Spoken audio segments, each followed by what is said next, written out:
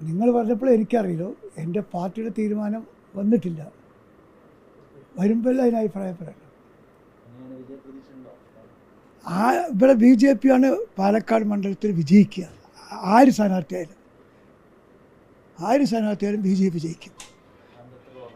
ഞങ്ങൾക്കറിയാലോ, നിങ്ങൾക്കും അറിയാലോ കോൺഗ്രസിൻ്റെ ഇവിടുത്തെ അവസ്ഥ എന്താ. കോൺഗ്രസ് എന്താ ഉള്ളത് പാലക്കാട് മണ്ഡലത്തിൽ? ആ, ഈ എപ്പോഴും രാഷ്ട്രീയത്തിൽ 1-1-2 അല്ലല്ലോ. 1-1-2 2-2 4 അല്ല. അത് ചിലപ്പോൾ 400 ആകും, ചിലപ്പോൾ 4000 ആകും. ഇത് BJP ആണ്. ആളെ നോക്കിയിട്ടല്ല വോട്ട്, നമ്മുടെ പ്രസ്ഥാനത്തെ നോക്കിയിട്ടാണ് അവിടേക്ക് വോട്ട് കിട്ടുക. ഇത് ഈ ശ്രീധരനേക്കാളും ഭൂരിപക്ഷത്തിൽ ശോഭാ സുരേന്ദ്രനാണെങ്കിൽ ജയിക്കുമെന്ന് നമുക്ക് അഭിപ്രായമുണ്ട്. 2014 ശോഭാ സുരേന്ദ്രൻ മത്സരിക്കുന്ന വരെ BJP 3-ാം സ്ഥാനത്തായിരുന്നു. അത് നിങ്ങൾക്ക് എല്ലാവർക്കും അറിയാം.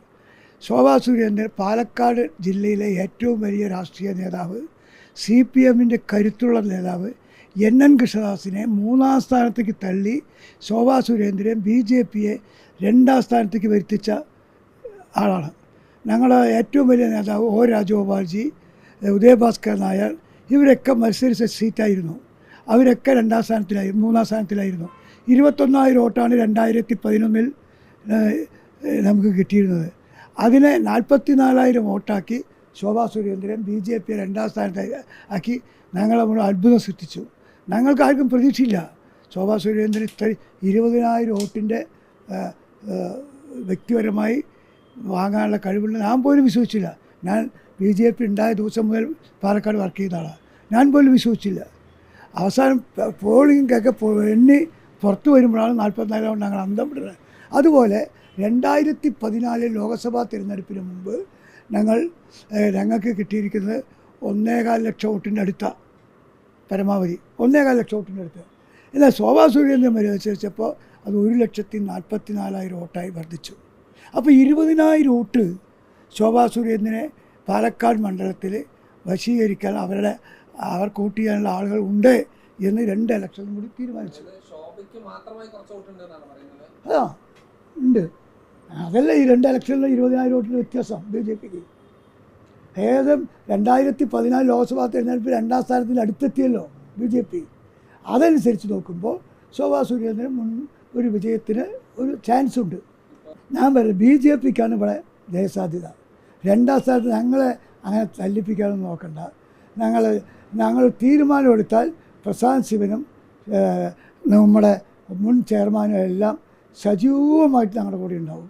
അത് തിരഞ്ഞെടുപ്പിൽ ഏറ്റക്കുറച്ചിലുണ്ടാവും. നോക്കിക്കോളൂ, 2014 ലോക്സഭാ തിരഞ്ഞെടുപ്പിൽ നരേന്ദ്രമോദി വാരാണസിയിലെ 6 ലക്ഷം വോട്ടിന് ജയിച്ചു, 5 ലക്ഷം 6 ലക്ഷം വോട്ടിന് ജയിച്ചു.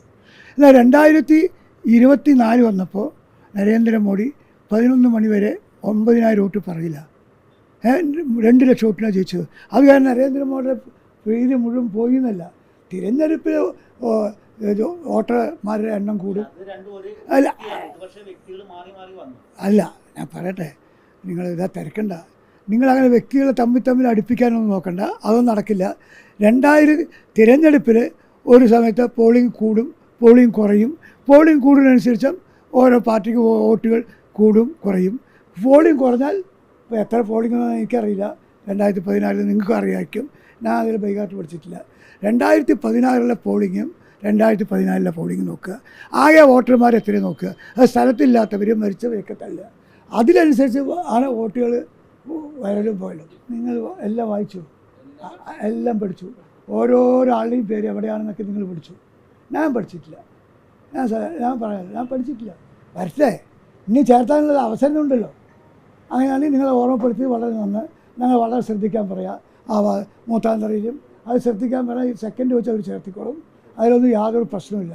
അങ്ങനെ ഒരു വാർത്തയും ഞാൻ പഠിച്ചിട്ടില്ല. നിങ്ങൾ പഠിച്ചോ എന്ന് എനിക്കറിയില്ല. മൂത്താന്തറയിൽ ശിവരാജിൻ്റെ വീട്ടിൽ ഇത്ര വോട്ടില്ല, ഇന്ന് കുഞ്ഞിരാമ മൂത്താൻ്റെ വീട്ടിൽ ഇത്രയില്ല എന്ന് നിങ്ങൾ പഠിച്ചോ എന്ന് എനിക്കറിയില്ല. ഞാൻ പഠിച്ചിട്ടില്ല, ഞാൻ കേട്ടിട്ടുമില്ല. അത് ഉണ്ടെങ്കിൽ ഇപ്പോൾ നിങ്ങൾ പറഞ്ഞതിന് നന്ദി. അതായത് വീട് കാണാൻ അപ്പം തന്നെ ചേർത്താം.